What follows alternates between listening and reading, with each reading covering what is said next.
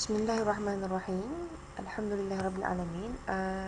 Sebelum saya nak mulakan, nak tanya dulu sama ada internet okey tak? Ataupun line saya okey tak?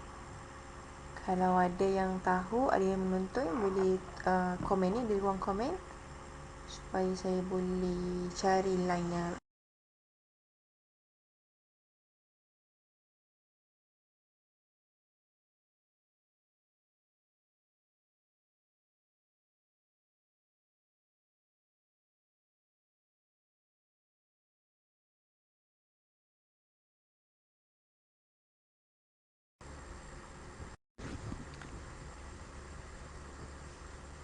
alright, insyaAllah. Bismillahirrahmanirrahim. Alhamdulillahirrabbilalamin. Wassalatu wassalamu ala ashrafil anbiya'i wal mursalin wa ala alihi wa sahbihi ajma'in. Subhanaka la ilma lana illa ma 'allamtana innaka antal alimul hakim. ولا حول ولا قوة إلا بالله العلي العظيم. اللهم إنا نسألك علما نافعا ورزقا طيبا وعملا متقبلا. آمين آمين آمين يا رب العالمين. Jadi insyaAllah bos semuanya mudah-mudahan dalam keadaan yang baik.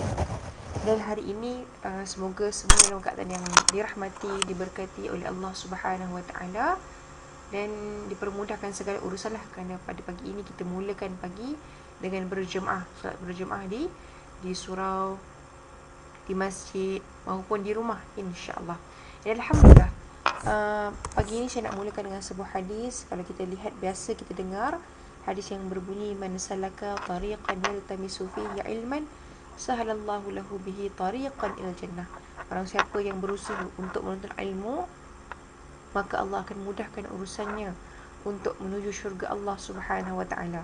Jadi insya-Allah, dengan usaha kita, di mana sahaja kita berada, tengah makan ke, selepas kita balik surau ke, ataupun mana sahaja kita berada dan apa sahaja yang kita tengah lakukan, mudah-mudahan kalau kita berniat untuk menuntut ilmu, kita berusaha untuk mencari jalan menuntut ilmu daripada sesiapa sahaja pun kerana Allah Subhanahu Wa Taala, mudah-mudahan dengan usaha tersebut Allah akan permudahkan urusan kita untuk masuk ke syurga Allah Subhanahu Wa Taala. Jadi subhanallah, pagi ini kita mungkin membicarakan tentang hijrah, penghijrahan. Kalau kita lihat tuan-tuan dan puan yang dirahmati Allah sekalian, tajuk ini mungkin dibawa oleh ramailah para asatizah. Tapi mudah-mudahan hijrah pada pagi ini saya nak kongsikan, mudah-mudahan memberikan sedikit sebanyak manfaat untuk diri kita, tambah baik amalan ataupun kualiti ibadah kita dalam kehidupan seharian, insya-Allah. Jadi subhanallah, pertamanya kalau kita lihat bila masuk je bulan Muharram, akan adanya kebiasaan kita menyambut sambutan ma'al hijrah, kan? Menyambut sambutan ma'al hijrah. Dan kalau kita lihat di Malaysia sendiri, bermulanya sambutan ma'al hijrah ini bermula pada tahun 1987, yang mana pada asasnya kalau kita lihat bulan hijrah itu sendiri bukannya berlaku dalam bulan Muharram, tapi hijrah itu berlaku pada bulan Safar. Pada bulan Safar, yang mana bermulanya pada hari Khamis 26 Safar dan tibanya Nabi Muhammad SAW ke kota Madinah pada 22 Rabiul Awal. Yang mana total perjalanan Nabi SAW ketika itu dalam masa 25 hari. 25 hari. Jadi kalau kita lihat sambutan ma'al hijrah ataupun ceramah tentang hijrah ini, satu perkara yang sangat-sangat penting untuk diri kita. Bila mana dibawanya pada bulan Muharram, akan menyebabkan kita untuk berimpian,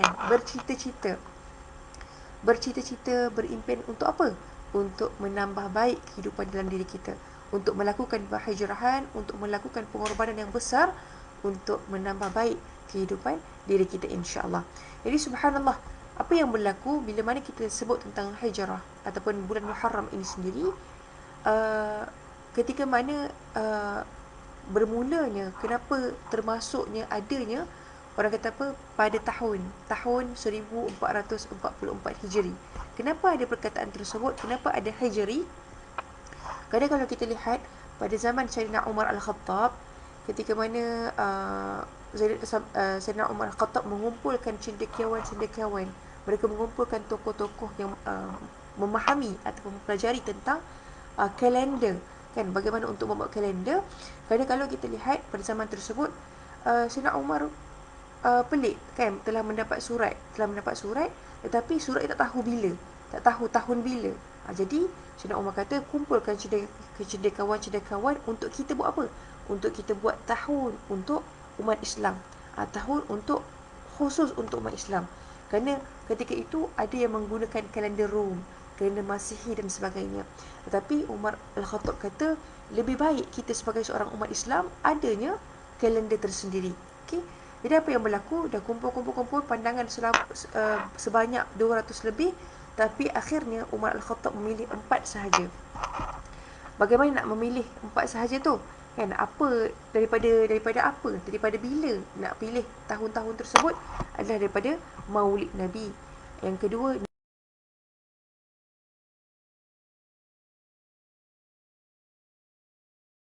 sallallahu alaihi wasallam dari kota Mekah ke kota Madinah. Jadi akhirnya daripada empat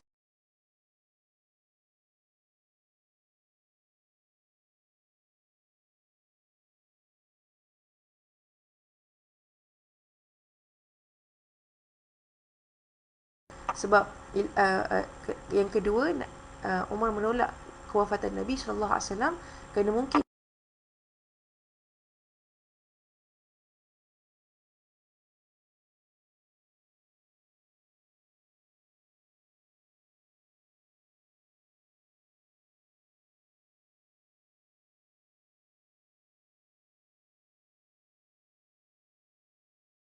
untuk umat Islam.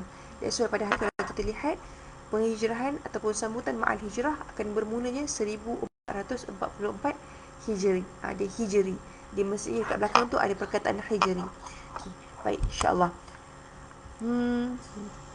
Dan ditanyakan kepada Nabi SAW. Nabi, ada seorang sahabat bertanya kepada Nabi, wahai Nabi, wahai Rasulullah SAW, wahai Rasul, apakah hijrah yang terbaik sekali? Ataupun yang sebelum itu ditanyakan kepada Nabi SAW. Sebelum daripada pertanyaan tersebut, ada seorang sahabat bertanya kepada Nabi, wahai Nabi, apakah amalan yang paling afdal dalam solat? Kan, apakah amalan yang paling afdal dalam solat, ketika solat? Jadi subhanallah, Nabi kata apa? Nabi kata amalan yang paling afdal ataupun amalan yang paling terbaik untuk kita lakukan dalam solat adalah untuk kita berdiri lama. Kita berdiri lama dalam solat. Kita berdiri lama ketika solat. Jadi walaupun ada certain ataupun ada kadang-kadang situasi yang mana kisah-kisah yang kita lihat oleh Nabi sallallahu alaihi wasallam, yang mana Nabi melarang ataupun Nabi tidak menggalakkan untuk imam-imam membaca apa dia? Membaca terlampau panjang bacaan dalam Al-Quran, dalam bacaan dalam solat. Kerana mungkinlah ketika itu Nabi melihat kepada keadaan situasi di belakangnya, mungkin ada ibu-ibu atau mungkin ada orang-orang yang perlu yang tidak larat lah, macam tu. Contohnya warga emas ataupun anak-anak kecil ataupun mereka yang ada orang kata apa, ada kerja lain ataupun ada hal lain yang penting. Okey, jadi ketika itu mungkin Nabi tidak menggalakkan untuk membaca terlampau panjang. Tapi tidaklah bermaksud dalam solat Nabi baca pendek. Tidak. Maksudnya Nabi kata baca panjang atau berdiri lama dalam solat itu bermaksud, contohnya Nabi akan bersembahyang, Nabi akan solat. Pada waktu subuh Nabi akan membaca surah Al-Waqi'ah, surah Al-Mu'minun, surah Ar-Rum, surah Yasin dan surah As-Saffat. Maknanya ketika Nabi solat, tidaklah terlampau pendek surah-surah yang dibacanya. Maksudnya ada surah-surah yang panjang, ada surah-surah yang menjadikan solat Nabi SAW dan sahabat ketika mana solat, dirinya akan lama. Kan, dirinya dalam solat itu akan lama. Jadi itu adalah antara amalan yang paling afdal dalam solat, berdiri lama ketika solat. Jadi kalau kita lihat ada sebuah hadis yang menceritakan bahawa ketika mana Nabi SAW nak solat, dah azan, dah iqamat, nak berdiri solat yang pertama, ada seorang sahabat nak menyelesaikan hajatnya. Jadi apa yang berlaku? Dia keluar daripada saf, dia pergi ke tempat yang berapa sikit jauh lah daripada masjid, dia buang hajatnya, dia ambil wuduk semula, Dia datang ke masjid untuk solat bersama dengan Nabi dan sahabat-sahabat yang lain, tetapi Nabi masih lagi dalam rakaat yang pertama. Itu menunjukkan bahawa adanya keadaan berdiri lama dalam solat. Okey. Baik. Jadi itu yang pertama, soalan antara soalan yang pertama yang ditanyakan kepada Nabi, apakah amalan yang terbaik ketika solat? Tapi seterusnya sahabat bertanya kepada Nabi, apakah hijrah yang terbaik? Apakah hijrah yang terbaik? Ayyu hijrah afdal? Apa hijrah yang terbaik? Jadi hijrah yang terbaik, Nabi kata hijrah dengan meninggalkan apa yang Allah tidak suka engkau lakukan. Kan? Jadi Nabi kata apa? Hijrah yang terbaik adalah hijrah dengan meninggalkan apa yang Allah tidak suka engkau lakukan. Yang mana dalam hadis riwayat lain, orang yang berhijrah dengan sebenar-benarnya adalah yang meninggalkan apa yang Allah tidak suka. Apa yang Allah tidak suka. Jadi kalau contoh Allah suka kita buat baik, kita buat baik. Allah suka kita untuk menolong orang lain, kita tolong. Kan? Benda tu nampak kecil, tetapi sedangkan perkara tersebut Allah suka. Jadi bila mana kita Allah suka, kita buat perkara tersebut. Yang mana Allah tidak suka, kita meninggalkan perkara tersebut. Dan itulah penghijrahan yang sebenar-benarnya. Jadi penghijrahan yang paling perlu kita lakukan dalam kehidupan kita. Kalau kita lihat zaman Nabi SAW, kisahnya berkenaan dengan pengorbanan, penghijrahan Nabi, sahabat-sahabat daripada kota Mekah ke kota Madinah. Nak berkait dengan diri kita, penghijrahannya adalah dalam diri kita sendirilah. Dan penghijrahannya daripada kita untuk improve ataupun untuk tambah baik diri kita daripada keadaan yang alhamdulillah mungkin sekarang dah dapat ilmu, dah belajar ilmu, kita nak tambah baik untuk mengamalkan ilmu-ilmu yang telah kita pelajari dalam kehidupan kita. Jadi subhanallah, kalau kita lihat perkataan hijrah itu sendiri disebutkan dalam Al-Quran sebanyak 28 kali. 28 kali diulang dalam Al-Quran perkataan hijrah. Kan, sama ada kita lihat mungkin dari segi bentuk Allahumma salli ala Muhammad, dari segi bentuk perintah, dari segi bentuk past tense, fi'il madhi, fi'il mudhari'. Banyak perkataan hijrah ini disebut dalam Al-Quran sebanyak 28 kali. Yang mana satu je, kalau kita lihat ada dalam perkataan hijrah ini pasti ada berkait dengan apa?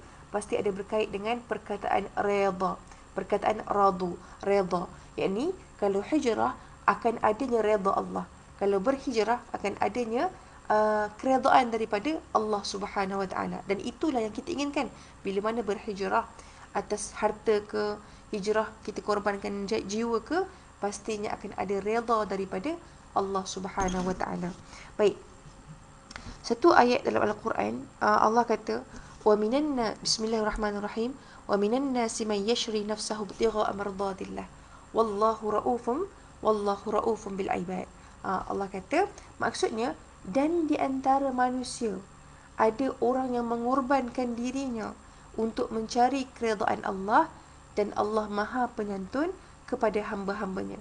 Maksudnya ayat ni mengatakan bahawa ada antara kalangan kita semua, dia berkorban, dia buat pengorbanan, dia buat penghijrahan untuk apa dia? Untuk akhirnya mendapat keredaan Allah Subhanahu Wa Taala. Bukan kerana manusia, bukan kerana Allah SWT, bukan kerana harta, bukan kerana tempat, bukan, tetapi kerana Allah, mencari keredaan Allah. Jadi kita lihat ayat ini yang mana saya bacakan sebentar tadi, wa minan nasi man yashri nafsahu ibtigha'a mardatillah wallahu raufun bil ibad. Ayat ini diturunkan kerana kalau kita lihat Ibnu Kathir, terjemahan daripada Ibnu Kathir, ada yang mengatakan bahawa ayat ini turun kepada seorang sahabat yang bernama Suhaib bin Sinan Al-Rumi. Suhaib ini dia daripada kota Rom, daripada yang mana dia duduk di Rom lah. Dan ketika mana dia nak berhijrah, dia duduk di kota Rom, akhirnya dia ke Mekah. Yang bila mana turunnya perintah untuk berhijrah, kan, berhijrahlah. Jadi Nabi kata berhijrah, kita kena berhijrah kepada orang-orang yang mengikut Nabi ketika di Mekah. Nabi kata kita kena berhijrah. Jadi bila turun ayat ni, Suhaib pun nak berhijrah, kan, Suhaib pun nak berhijrah. Tapi bila mana nak berhijrah, tiba-tiba ada sekatan daripada golongan kaum musyrikin. Kan orang-orang kaum musyrikin ni sekat. Kenapa nak berhijrah? Jadi bila nak berhijrah, dia kata apa? Orang-orang musyrikin kata apa dekat Suhaib? Kalau engkau nak berhijrah, wahai Suhaib, engkau kena tinggalkan semua harta-harta kamu. Engkau kena tinggalkan semua harta-harta yang kamu ada ni dekat sini. Kami yang guna, kami sekat kamu. Kalau kamu nak berhijrah ke kota Madinah, kamu kena tinggalkan apa yang ada, kamu kena tinggalkan harta-harta yang kamu ada dekat sini. Jadi apa yang berlaku? Suhaib kerana mencari keredaan Allah, kerana mengikut perintah Nabi, mengikut perintah Allah, Suhaib meninggalkan segala yang dia ada, tuan-tuan dan puan, dekat kota Mekah. Yang mana orang kata apa, tanpa takut, tanpa rasa gerun, ditinggalkan semuanya sampai di kota Madinah. Nabi berkata satu perkataan kepadanya, untunglah kamu wahai Suhaib, untunglah kamu wahai Suhaib, kerana engkau adalah orang yang untung. Sebab apa? Suhaib ketika meninggalkan harta-hartanya, Suhaib tidak memberitahu siapa pun. Tak ada sahabat-sahabat lain pun tahu tentang perkara tersebut. Tapi tiba-tiba Nabi tahu. Kenapa? Kan? Sebab Nabi tahu. Bagaimana kamu Nabi tahu? Jadi akhirnya bila ditanyakan kepada Nabi bagaimana Nabi tahu perkara tersebut, Nabi kata, Malaikat Jibril telah bertemu dengan aku dan telah menceritakan bahawa engkau, hai Suhaib, telah memberikan semua harta-harta kamu kepada kaum musyrikin yang ataupun kepada mereka yang berada di kota Mekah. Dan ini adalah satu peristiwa, tuan-tuan dan puan, bukan mudah untuk berhijrah, bukan mudah untuk membuat pengorbanan, tetapi kerana asasnya hijrah ini kenalah ada pengorbanan. Maksudnya poin yang paling utama, hijrah ini asasnya adalah perlu ada dan pasti ada pengorbanan. Pengorbanan. Jadi subhanallah, kalau kita lihat biasalah kita dengarkan, hijrah itu pengorbanan, hijrah itu kesanggupan, kerelaan dan sebagainya. Baik. Jadi elemen pengorbanan adalah sangat-sangat penting dalam penghijrahan. Kalau kita lihat Nabi sendiri pun subhanallah. Saya tanyalah, kalau kita semua dah biasa duduk di Seremban, dah biasa duduk di satu tempat, contohnya kita biasa duduk dekat rumah kita. Tiba-tiba ada perintah mengatakan kamu kena keluar daripada rumah kamu. Kamu kena keluar daripada rumah kamu. Kalau kita lihat yang berlaku pada saat ini, ada serangan-serangan yang berlaku di Gaza, kan, yang mana menyebabkan mungkin ada mereka yang terpaksa berpindah ke tempat lain. Kan, ibu-ibu, ayah-ayah, kalau kita bayangkan, Allahumma selamat, kita dah biasa duduk dekat tempat tu. Dah biasa duduk dekat suatu tempat ataupun rumah kita sendiri. Jadi bila mana ada perintah yang kita nak keluar daripada tempat tu, pasti kita akan rasa sayang, pasti kita akan rasa rindu dengan rumah tersebut, pasti kita akan rasa, ya Allah, dah lama duduk sini, rindu dengan perkara tersebut. Tapi bila mana kita berpindah, mungkin adanya kebaikan di situ, pasti ada pengorbanan yang kita kena buat lah. Pengorbanan dari segi jiwa kita yang rindu dengan tempat tersebut. Jadi apa yang berlaku ketika mana perintah Allah kepada Nabi SAW untuk berhijrah daripada kota Mekah ke kota Madinah, sebenarnya bukanlah satu perkara yang mudah. Kerana apa?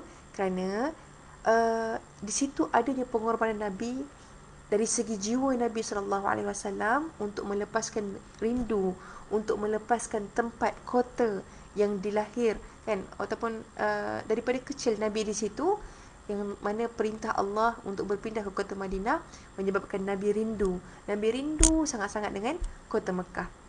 Kan, orang kata apa, Nabi rindulah dengan kota Mekah. Jadi bila mana Nabi berhijrah, ada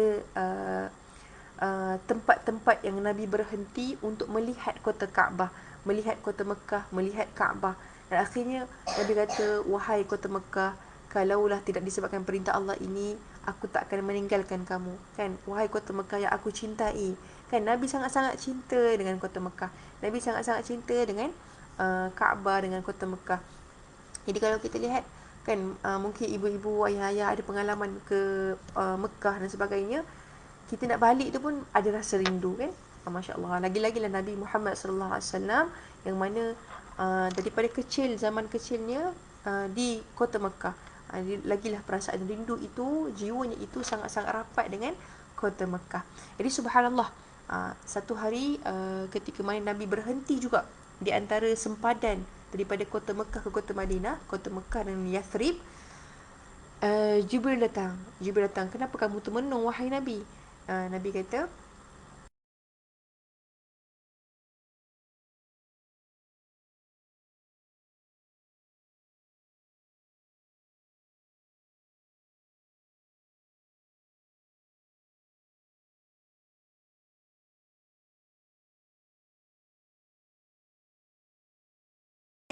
kejayaan.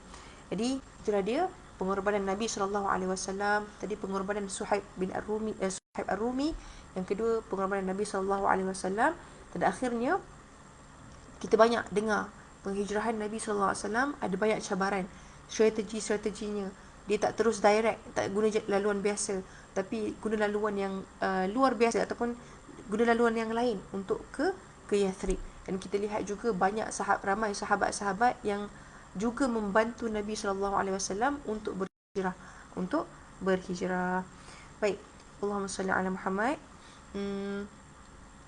Kita lihat juga Sayyidina Abdul Rahman bin Auf, kan? Sayyidina Abdul Rahman bin Auf yang mana merupakan seorang peniaga. Dia meninggalkan perniagaannya, tapi akhirnya di kota Madinah, hebatnya Sayyidina Abdul Rahman bin Auf ni, kita boleh nampak kebijakan ataupun kebijaksanaan dia dalam melaksanakan perniagaan. Dia buat macam mana? Bayangkan ibu, tuan-tuan dan puan, pada awal ni dia merupakan seorang yang kaya, seorang peniaga yang hebat di kota Mekah. Dia berpindah ke Madinah. Nabi kata, wahai kaum Ansar, jagalah kaum Muhajirin, kan, berilah apa saja yang Muhajirin nak.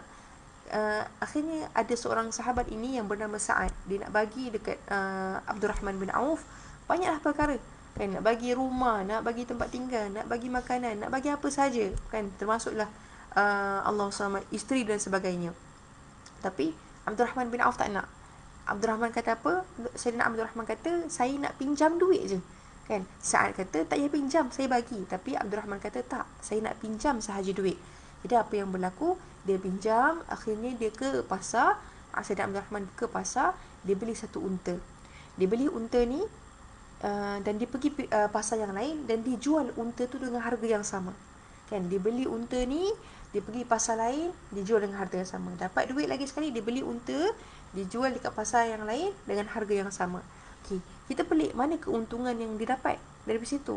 Tapi akhirnya kita lihat sebenarnya bila dijual unta, dia beli unta, dijual unta dengan harga yang sama, tapi satu perkara yang dia ambil daripada unta tersebut, apa dia? Tali yang dia ambil, tali yang dia, waktu dia beli untanya pada awalnya ada tali, tapi bila dia jual unta tersebut, dia ambil tali. Dia hanya jual unta dengan harga yang sama, tetapi talinya dia ambil. Okay. Jadi bila mana dia buat setiap kali, akhirnya semua tali ada pada diri dia. Jadi waktu itulah baru dah ambil semua tali tu, barulah dia jual semula. Dan itulah apa keuntungan yang dia dapat daripada jualannya. Okey, baik.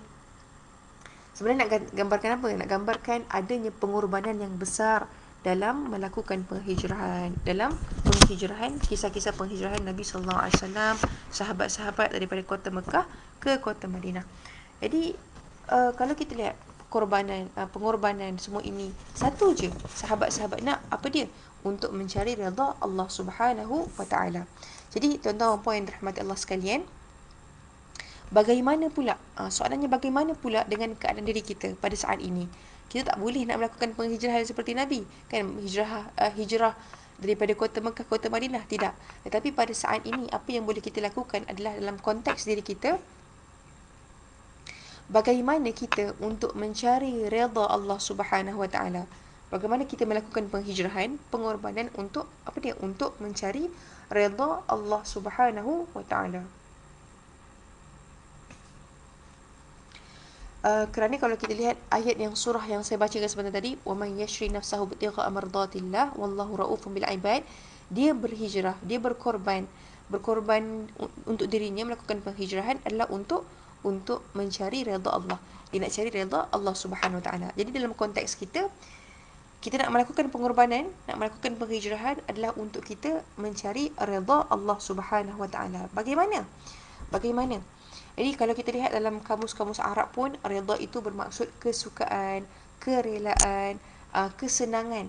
Dan kalau kita nak apa ni? Kita nak kesenangan, kita nak kesukaan daripada Allah Subhanahu wa taala. Baik, yang pertama sekali bagaimana kita nak mencari redha Allah?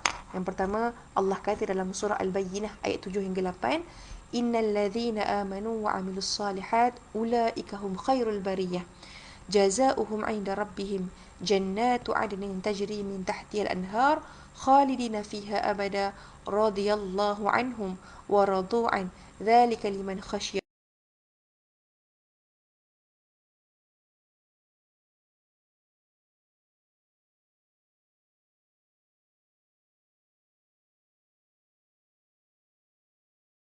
Allah, mereka yang benar-benar percaya kepada Allah, dan juga mereka yang beramal soleh atas kepercayaan mereka.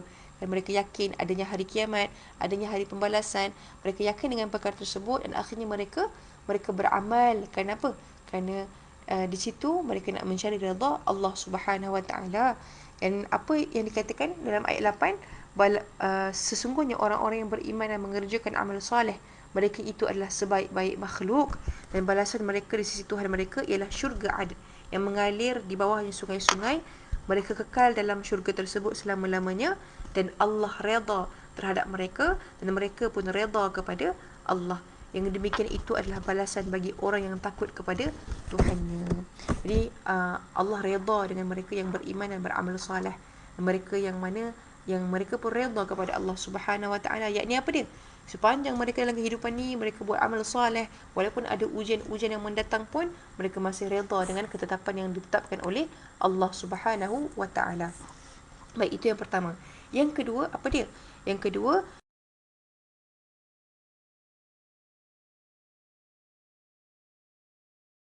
terdahulu. Yang mana kalau kita lihat, kalau kita boleh baca kisah-kisah para sahabat dan kisah-kisah para sahabat yang muslimat, yang mukminat kan, mereka ini banyak melakukan pengorbanan kan, dan tidak sedikit pun rasa takut ataupun gementar dengan dengan pengorbanan tersebut.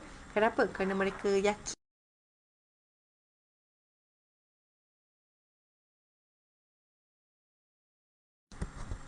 Allah kata apa? Allah kata was-sabiqunal awwalun minal muhajirin wal ansar wal.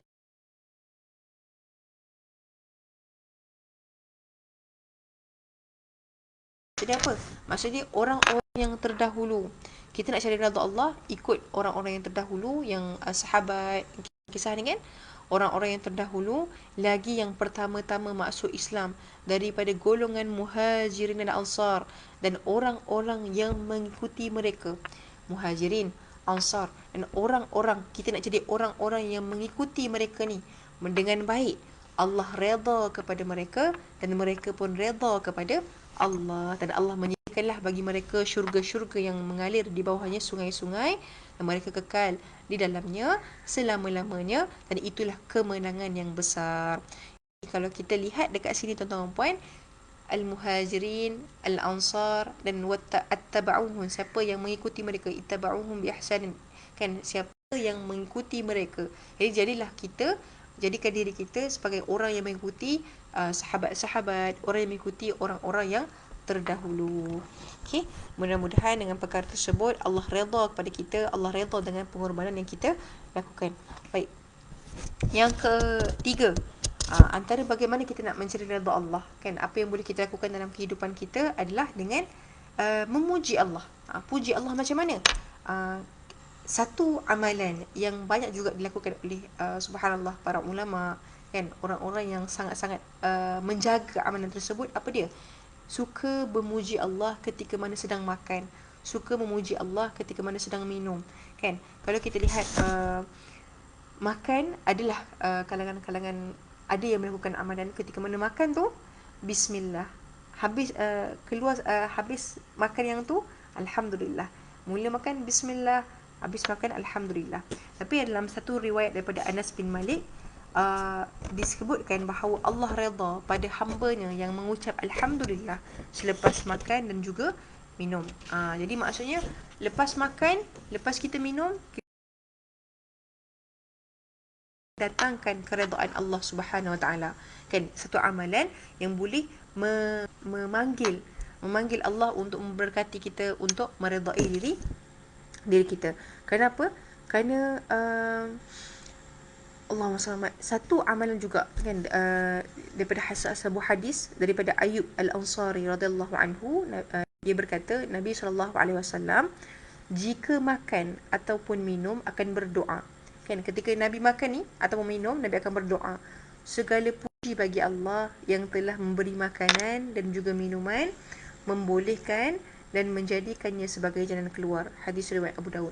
Jadi Nabi ketika Nabi makan, Nabi suka puji Allah. Nabi kata, ya Allah, terima kasih Allah, segala puji bagi Allah yang telah bagi makan, yang telah bagi minum, yang telah membolehkan dan menjadikannya sebagai jalan keluar. Jadi itu antara doa-doa Nabi lah ketika mana Nabi sedang makan ataupun minum. Yang mana mudah-mudahan dengan doa tersebut kan, maksudnya adalah kebaikan daripada doa tersebut. Mudah-mudahan mungkin dengan kesyukuran Nabi ataupun Nabi syukur, Nabi memuji Allah, itu adalah jalan-jalan keluar yang Allah akan berikan untuk segala ujian ataupun perkara yang berlaku ketika itu. Okay, baik. Yang kedua tadi kan dapat redha Allah. Dapat redha Allah macam mana? Daripada Anas radhiyallahu anhu, ia berkata Rasulullah SAW bersabda, sesungguhnya Allah redha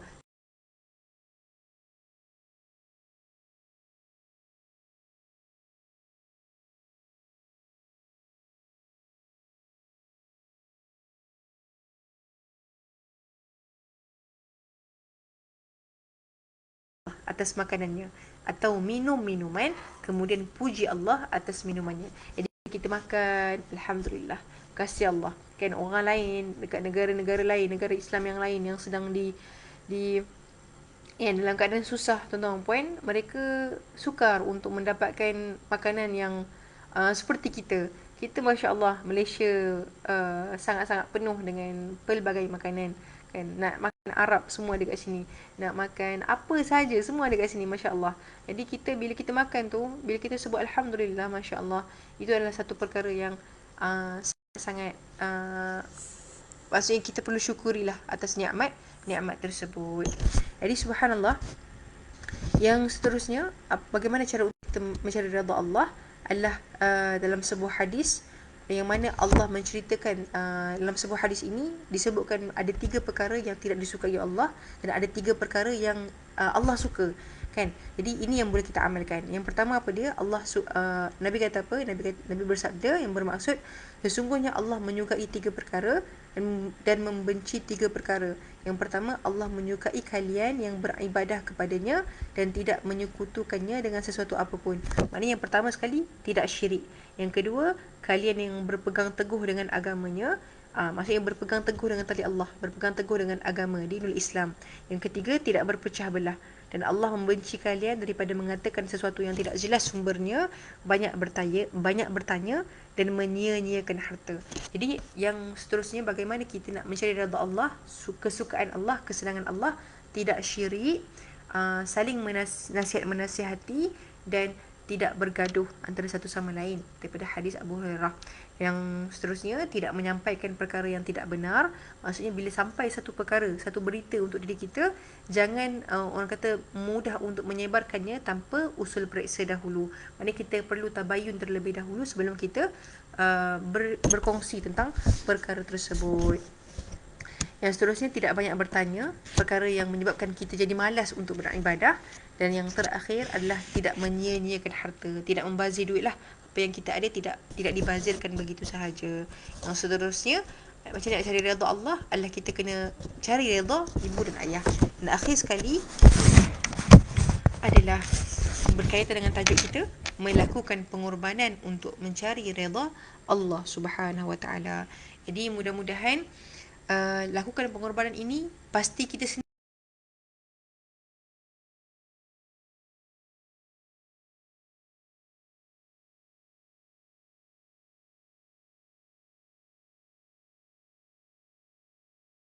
kongsian daripada di grup-grup WhatsApp, kan. Dia katakan apa dia? Makin kita bertambah umur, solat kita tidak boleh lewat. Itu yang pertama. Makin kita bertambah umur, solat kita tidak boleh lewat. Makin kita bertambah umur, solat kita sepatutnya dan segalak-galaknya kita perlu berjemaah. Makin kita berumur, solat kita kena lebih. Solat sunat bertambah dan lebih banyak daripada tahun yang sebelumnya. Makin kita berumur, kita dah masuk tahun baru Islam ni, solat sunat qabliyah jangan tinggal. Makin kita berumur, solat sunat qabliyah dan ba'diyah zuhur buat 4 rakaat. Dan makin kita berumur, buat solat sunat witir sebelum tidur. Makin kita berumur, solat sunat duha dan tahajud jangan tinggal. Makin kita berumur, paling tidak pun khatam Al-Quran 2 kali dalam setahun. Makin kita berumur, ambillah peluang puasa sunat seminggu sehari ataupun 2 hari. Makin kita berumur, zikir kena banyak. Dan makin kita berumur, selawat ke atas junjungan Nabi Muhammad SAW pun kena banyakkan. Dan makin kita berumur, akhlak kita kenalah jaga. Alhamdulillah, itu dia, mudah-mudahan sedikit sebanyak perkongsian saya pada pagi ini memberikanlah manfaat, ataupun walaupun dah biasa kita dengar, tapi mudah-mudahan memberikan satu kebaikan untuk diri kita, lakukan amalan dalam kehidupan seharian kita dan melakukan penghijrahan untuk mencari redha Allah Subhanahu wa taala. Alhamdulillah, mudah-mudahan semuanya pada hari ini dipermudahkan segala urusan. Kalau ada yang sakit, disembuhkan. Kalau ada yang ada kesukaran, dipermudahkan dan Allah buka jalan pintu, insya-Allah. Alhamdulillah, insya-Allah sampai di situ sahaja. Segala yang baik datang daripada Allah Subhanahu Wa Taala. Yang kesilapan, ada sebarang masalah teknikal ke apa, saya minta maaf daripada kesilapan diri saya sendiri. InsyaAllah ada kesempatan kita berjumpa lagi di lain hari. Saya tutup dengan Assalamualaikum warahmatullahi wabarakatuh.